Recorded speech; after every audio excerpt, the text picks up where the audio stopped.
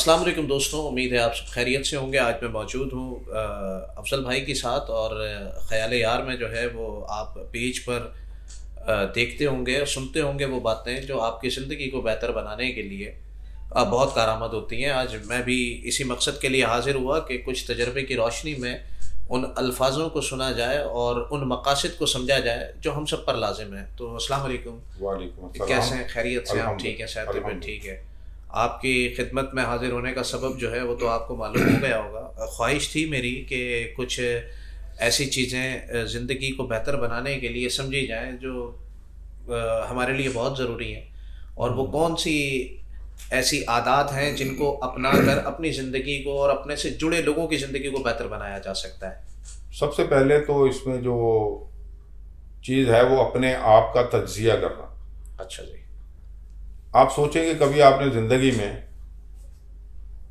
اس چیز کو point out کیا ہے کہ ہم کہاں غلط ہیں؟ ہم ہمیشہ اپنی ساری قوتیں صرف کر دیتے ہیں دوسرے کو غلط ثابت کر رہے ہیں۔ بالکل ٹھیک۔ تو ہمیں سب سے پہلے یہ سوچنا چاہیے، یہ دیکھنا چاہیے کہ ہم کہاں غلط ہیں۔ ہمیں اپنی غلطیوں کو جب ہم سدھار لیں گے، ہم اپنی غلطیوں کو مان لیں گے، بس جب ماننے لگ گیا تو سمجھ لیں آپ خود بخود سدھرنا شروع ہو جائیں گے، کیونکہ ہم اپنی غلطی کو نہ تسلیم کرتے ہیں، ہم صرف دوسرے کی غلطی کو کوشش کرتے ہیں کہ اسی کے اوپر مدعا ڈالا جائے۔ ہمیں معاشرے میں جو نظر آنے والی چیزیں ہیں وہ عموماً لوگوں کے جینے کے مقاصد یہ دیکھے گئے ہیں کہ کمانا ہے، کھانا ہے اور خوش رہنا ہے۔ ہم پر کون سی ایسی ذمہ داریاں جو ہیں وہ لازم ہیں کہ جن کو ہم نے نبھانا ہے اس ساری زندگی میں، اس کے بارے میں تھوڑی سی روشنی ڈالیے گا کہ کس طرح چیزوں کو کچھ بھی نہیں کرنا۔ اچھا جی۔ ہم نے صرف اللہ تعالیٰ نے ہمیں پیدا کیا، کس کام کے لیے پیدا کیا ہمیں یہ جاننے کی ضرورت ہے کہ ہم کیوں پیدا ہوئے، اللہ تعالیٰ نے ہمیں زمین پر کیوں بھیجا۔ اس نے بھیجا اپنی خدمت کرنے کے لیے، اپنی عبادت کرنے کے لیے۔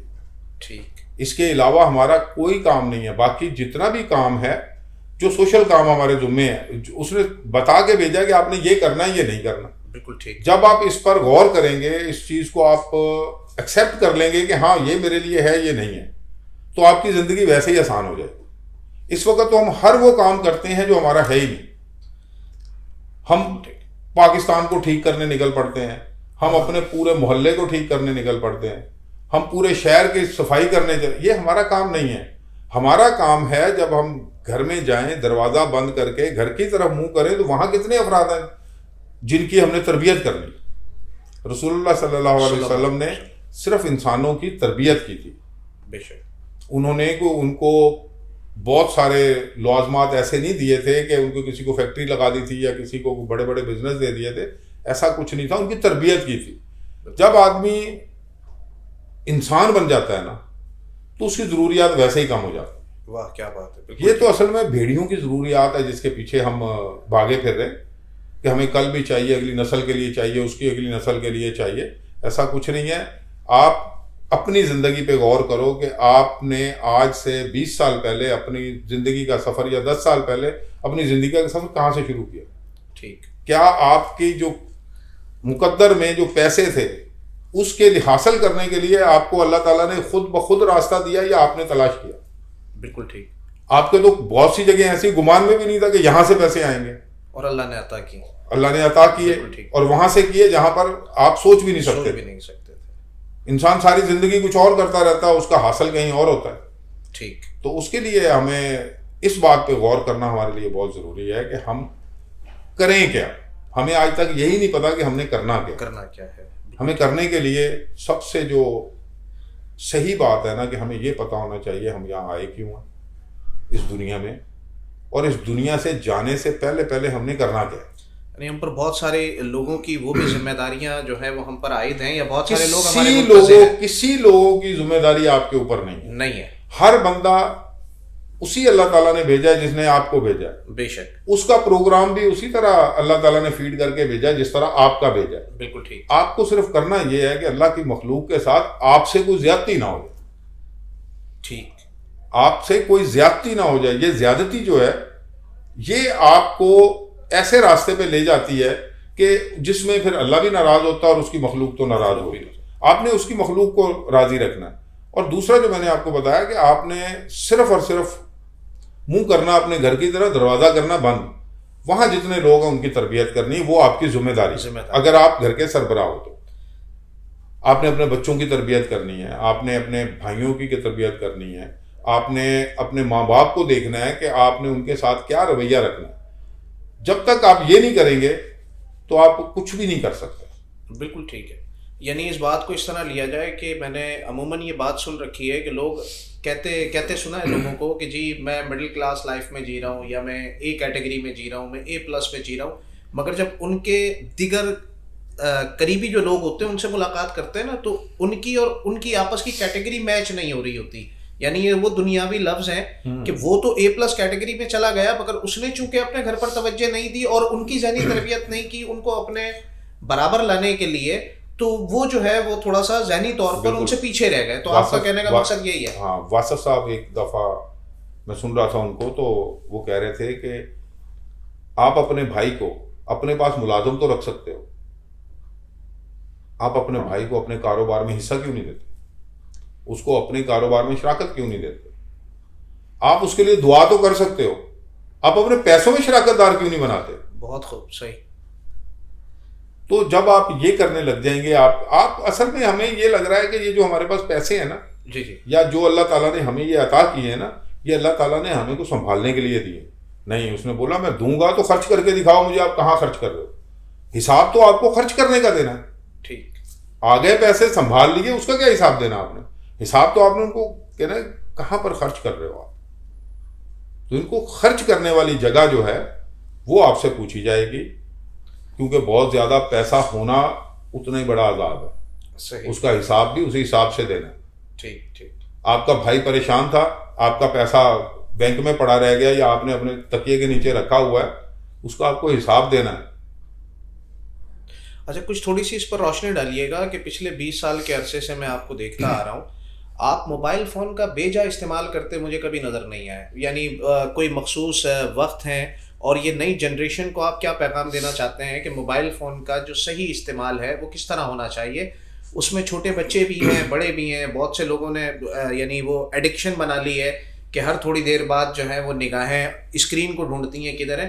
اس حوالے سے بتائیے گا اور اپنی ترتیب بھی بتائیے گا تاکہ جو نوجوان آپ کو دیکھتے آ رہے ہیں، جو آپ کے شخصیت سے متاثر ہیں، تو وہ کس طرح موبائل فون کا استعمال جو ہے وہ اپنی زندگی میں کریں۔